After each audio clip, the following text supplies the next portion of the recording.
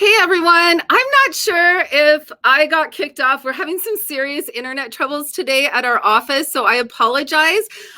So I'm going to kind of go through this introduction again for those of you who were maybe trying to get on before. Anyhow, it's been a while. Welcome to episode 24 of The Full Pour. One thing is, we just sent out a reader survey today. We want our loyal readers to, help guide us as to the content and the stories you want to see in 2021. I am going to drop that link. I would so appreciate it if you took just a few minutes to fill that out. It's super helpful for us to guide us in our editorial direction, and especially during this climate, we want to know kind of what you're looking for right now. I know that a lot of people are doing dry January. I am skipping it this year. I might look at October, but I know that a lot of our folks, all of our producers need our support, especially right now. It's a really tough January. So please get out there and support local as much as possible.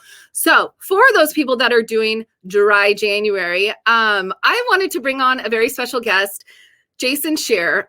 He has been our resident chef for Sip Magazine and Cidercraft for almost 8 years. And what does that mean? He is an insanely talented chef. And so whenever we did a feature, a recipe feature, he was the one that he'd come in and we would, put all the things together. He would make all of these beautiful, beautiful dishes, and we'd photograph it. There he is. Hi, Jason. But I mean, the magazine, we get so many wonderful comments about the photography and all the recipes, and he is such an integral part. He has gone to a new venture, and I'm so mystified by this kombucha. I don't know much about it. I don't think a lot of people really know about it, except that it's supposed to be beneficial and healthy. So let's bring on Jason now. Hey, how you doing? Thank you so much for joining us. Thanks for having me. So we were live before, I thought, but we are not now live.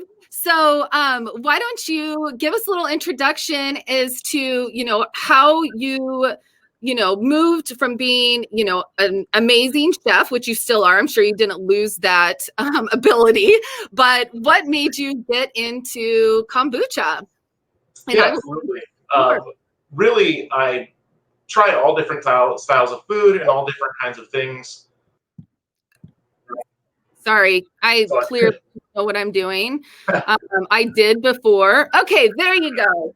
Yeah, I started as a chef and really kind of kept going through and really loved the craft of it and get into it. And one thing I really found that I loved was fermentation, and trying to really get into that and push myself on learning about the ancient traditions of kimchi or sauerkraut making, all the way through yogurt and other things. And eventually I got into beverages, and that's kind of where kombucha came into my life a little bit. Was really a passion for fermentation and kind of this living history that fermentation really is. And I really wanted to take that and do something special with it while still holding on to those kind of ancient traditions. I mean, we love fermentation. I mean, you're sitting in front of something that might look like a scientific lab or something with animal heads in formaldehyde or something. But what is going on back there? Can you give us a little process or to explain the process of making kombucha?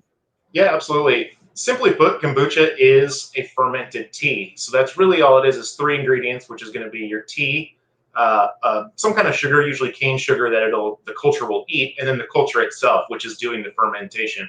What you really see most of the time is that big disc, which some people call the SCOBY, and that's a symbiotic culture there, and that's not only yeast but also bacteria.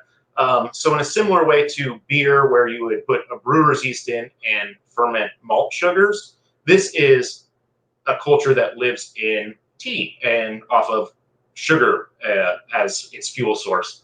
And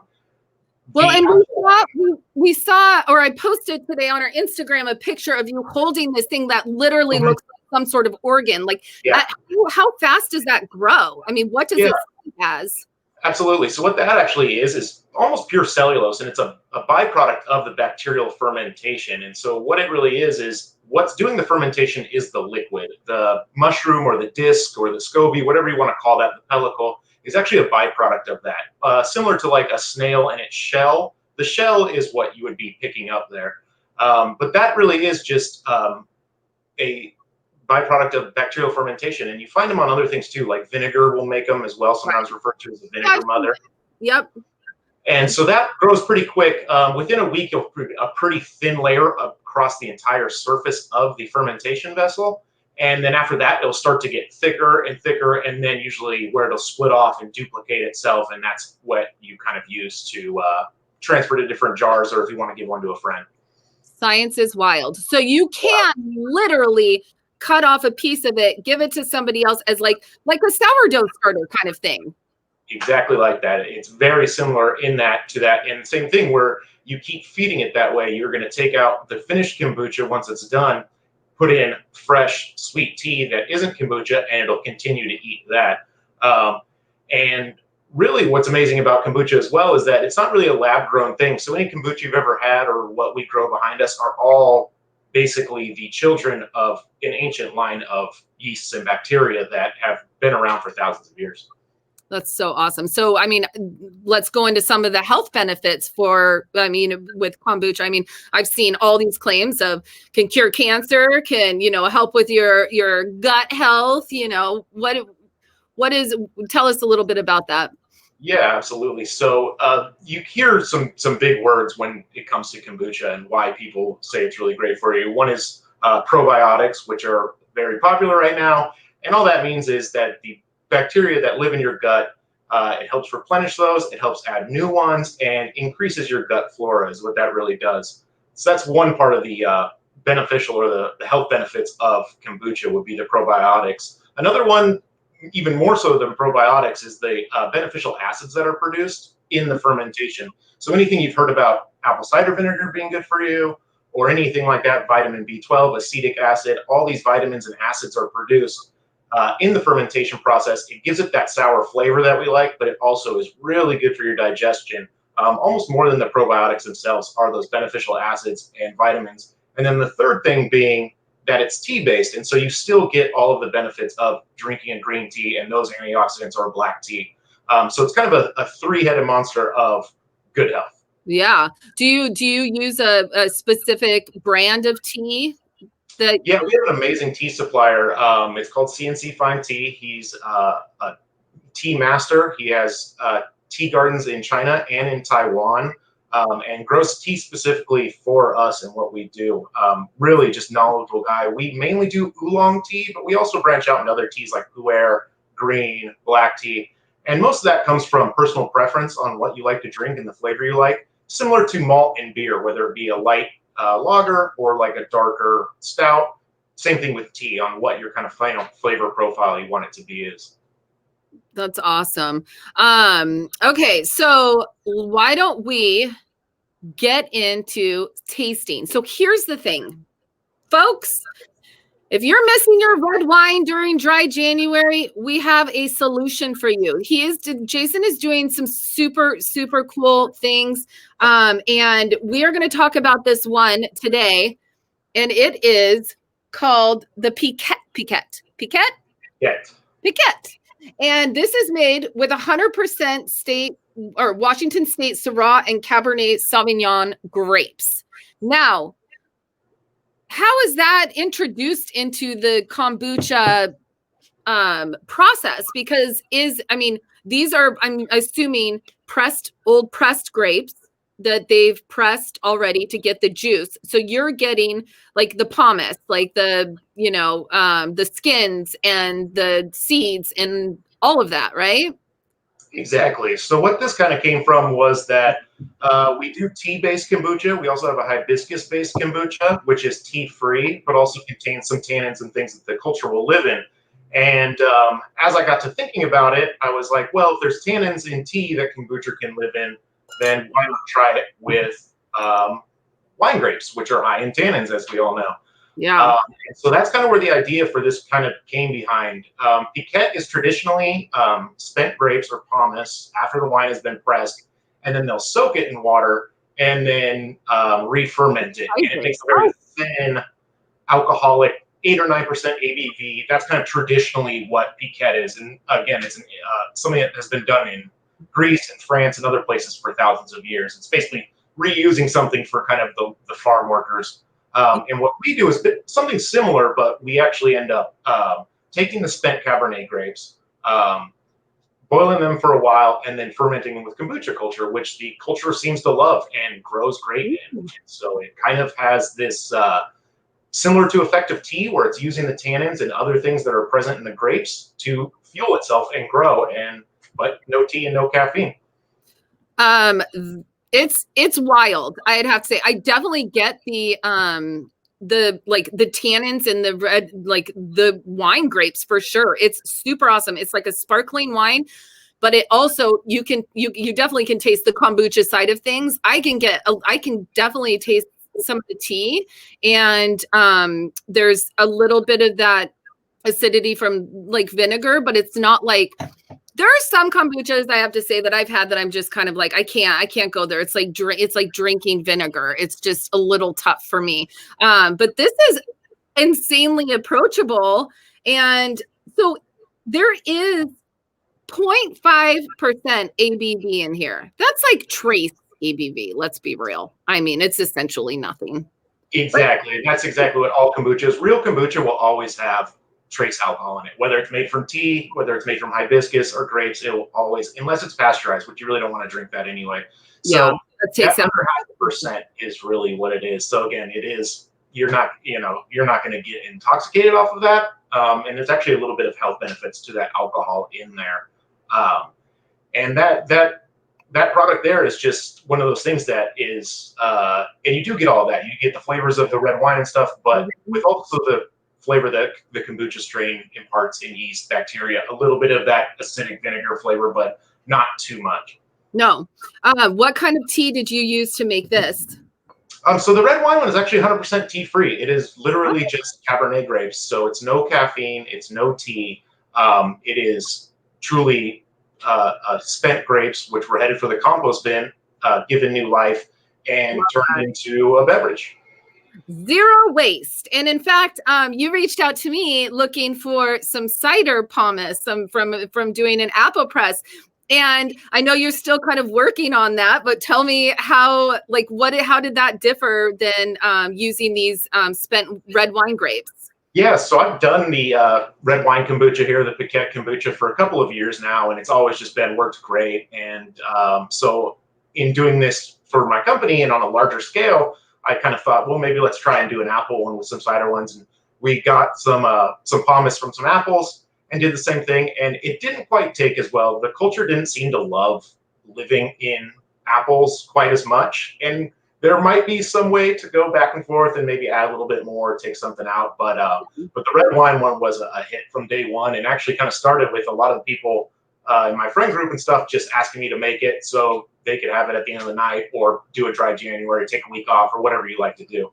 I mean, I have to be honest, like I'm looking at my liquor cabinet behind me, and I think that there's some potentially great cocktails, because if you're thinking about this, it's kind of like, it's almost like using a shrub, but not really. I mean, I don't know how to explain it. There's so much complexity to this, but I mean, you can spike this. You could definitely spike this. Absolutely.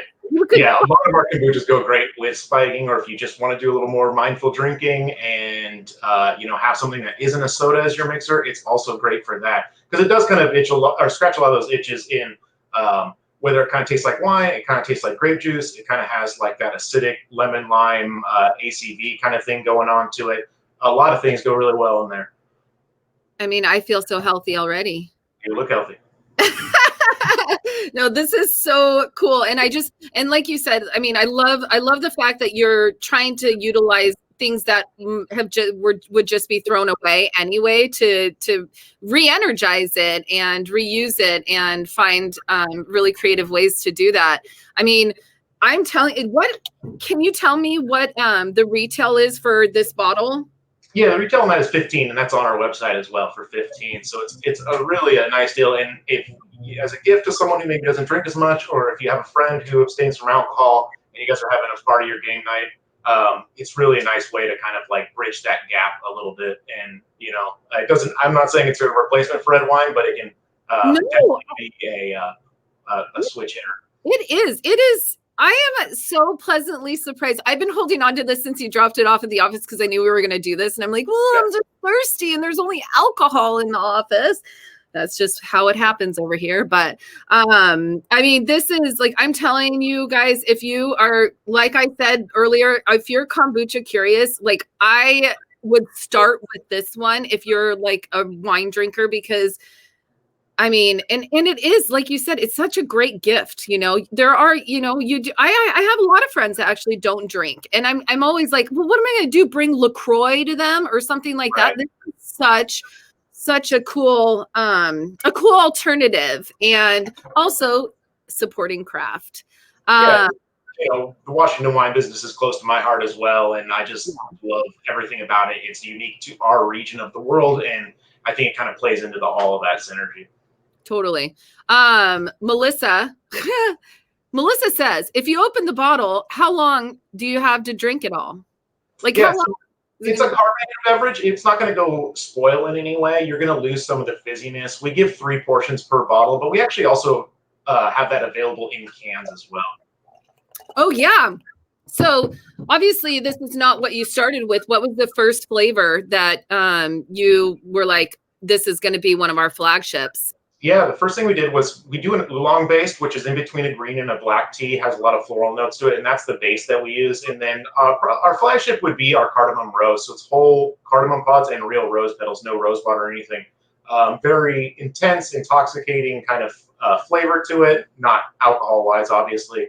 Right. And in that one, we started off as a keg-only company, and we were really heavily invested in bars and restaurants. And a lot of the craft cocktail guys use that as a mixer or as a base for other cocktails. And so we definitely have a drier, less acidic, and more intensely spiced kombucha. So it does go really well if you want to add gin or vodka or whatever you like to it. Awesome. And by the way, Jason's going to be offering a special 3-pack of kombucha to all of you guys, which we will drop how you can get that in the comments. This, I'm telling you, this is hands down the best kombucha I've ever had. I'm not kidding, except for the hibiscus one that I had of yours. Oh, thank you. Well, see, that's what's great too. In that 3-pack, you're going to get a can of the Cabernet to try. You're going to get a can of the hibiscus lemongrass to try, which is a hibiscus-based one, and then a can of our oolong plain. So you actually get 3 different styles that are all very kind of show you the range of kombucha. Right. So, Caitlin said, how is hard kombucha brewed differently than normal kombucha? What gives it more alcohol content? And this is very interesting because that's a huge trend this year is hard kombucha. So does that take away the benefits of it? Like how do you reintroduce alcohol into the kombucha process?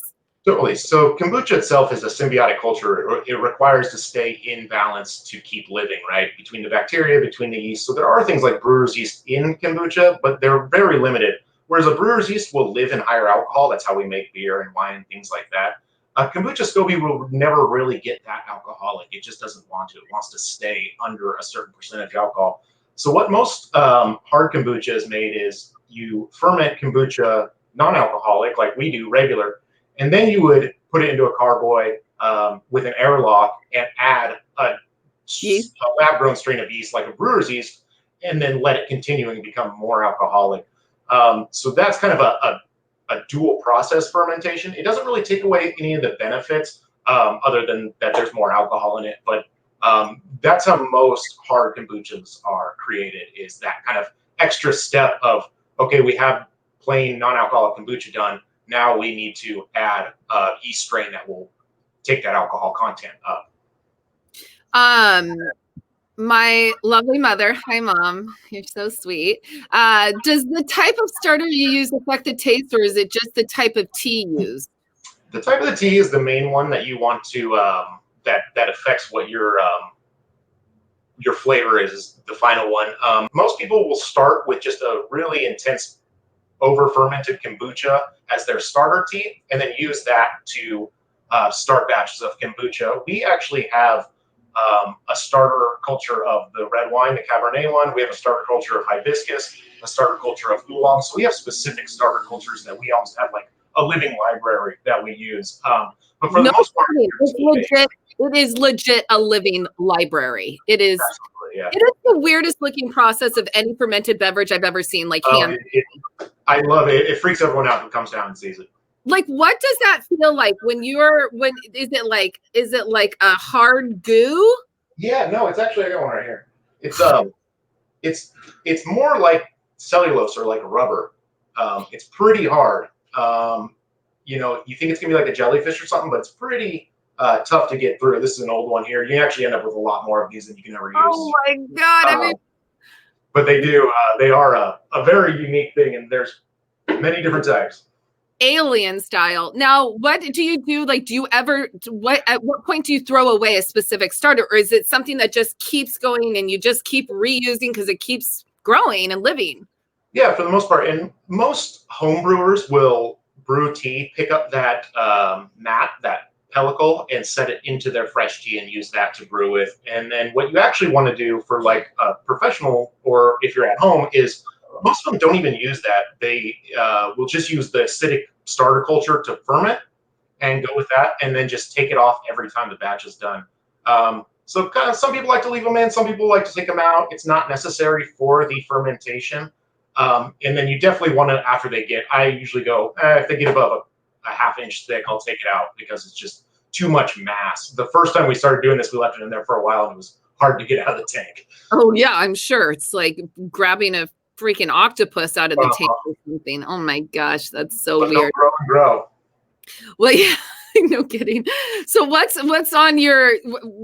your future plans with Beneficial Brewing? I mean, just to make some bomb ass kombucha, or you have like some things down the line you're looking to expand into? Yeah, absolutely. Kombucha was the first thing that we started with, and really the focus of the company for most of it. And just because that is such a fun and crafted product, it's not just slapping something into a can and sending it out.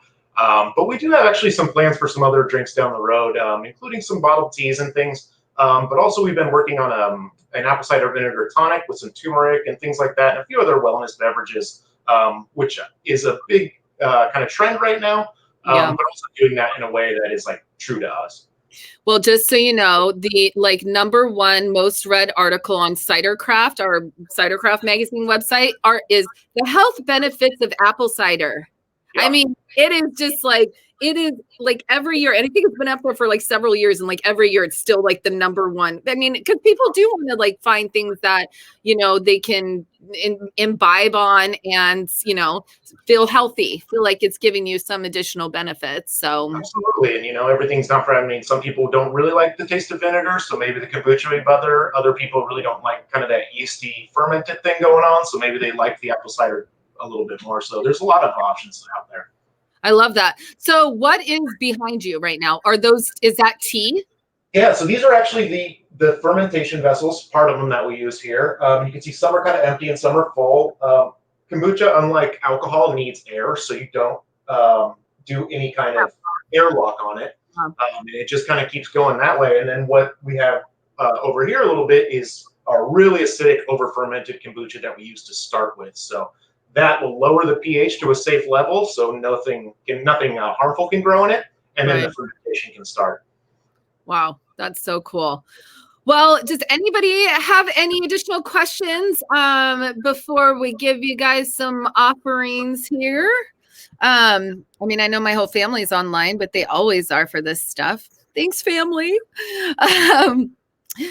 So I am going to, like I said, I'm going to put up the offering for this 3-pack. You are in Georgetown area, correct? Yep, we're in Georgetown, South Seattle. We have a little space. We don't have any retail space, but we do curbside to pick up here 5 days a week. Perfect. I mean, that's easy enough. We all should just be getting out and doing pickups right now for sure. So follow Jason at Beneficial Brewing Company. Try kombucha. It is really cool. And try it from a local craft kombucha company. There's actually several here. And, you know, I think some are available in some of the smaller stores, but that's mostly just commercial kombucha. So definitely get out there and support Jason, because we love Jason. Jason actually cooked for my engagement or my rehearsal dinner. My rehearsal dinner. That was so special. Awesome. Well, thank you so much, Jason, for joining us today. And my dad said if you can pair it with gin, he's in. So that's cool. I'll see if I can figure out something for him. Yeah, so thank you. And we'll talk to you soon. And we'll make sure everybody knows how to get in touch with you. Be sure to follow him at Beneficial Brewing Company. And that's it. Yeah, thanks for having me. It was really great. And I'm really excited. We do have that free pack up on the website. Gives you a chance to kind of see all the styles of kombucha. And if you have any questions, I'm always around. Awesome. Thanks so much, Jason. We'll talk to you soon. Bye-bye. All right, there you go. That's what kombucha is. And honestly, I am like such a fan of this. I'm not kidding. You guys need to get your hands on this. This is a super cool drink to share with friends when you can. But anyhow, like I said, when we were starting out, we are just doing all of our planning for 2021 and getting things on the books. And we really, really could use your feedback as to what you'd like to see on the full pour. We can do anything beverage related. Do you want us to talk to some more winemakers or brewers, or do you want to learn about something? Drop it in here. We would love to get your feedback. We'll put this survey in there. We please, if it literally takes just a few minutes, if you'll jump on there and do that tonight, that would be fantastic. And have a wonderful evening. And I hope dry January, you make it through. I'm not with you. No, I'm just kidding. Have a great night, everyone. Thank you.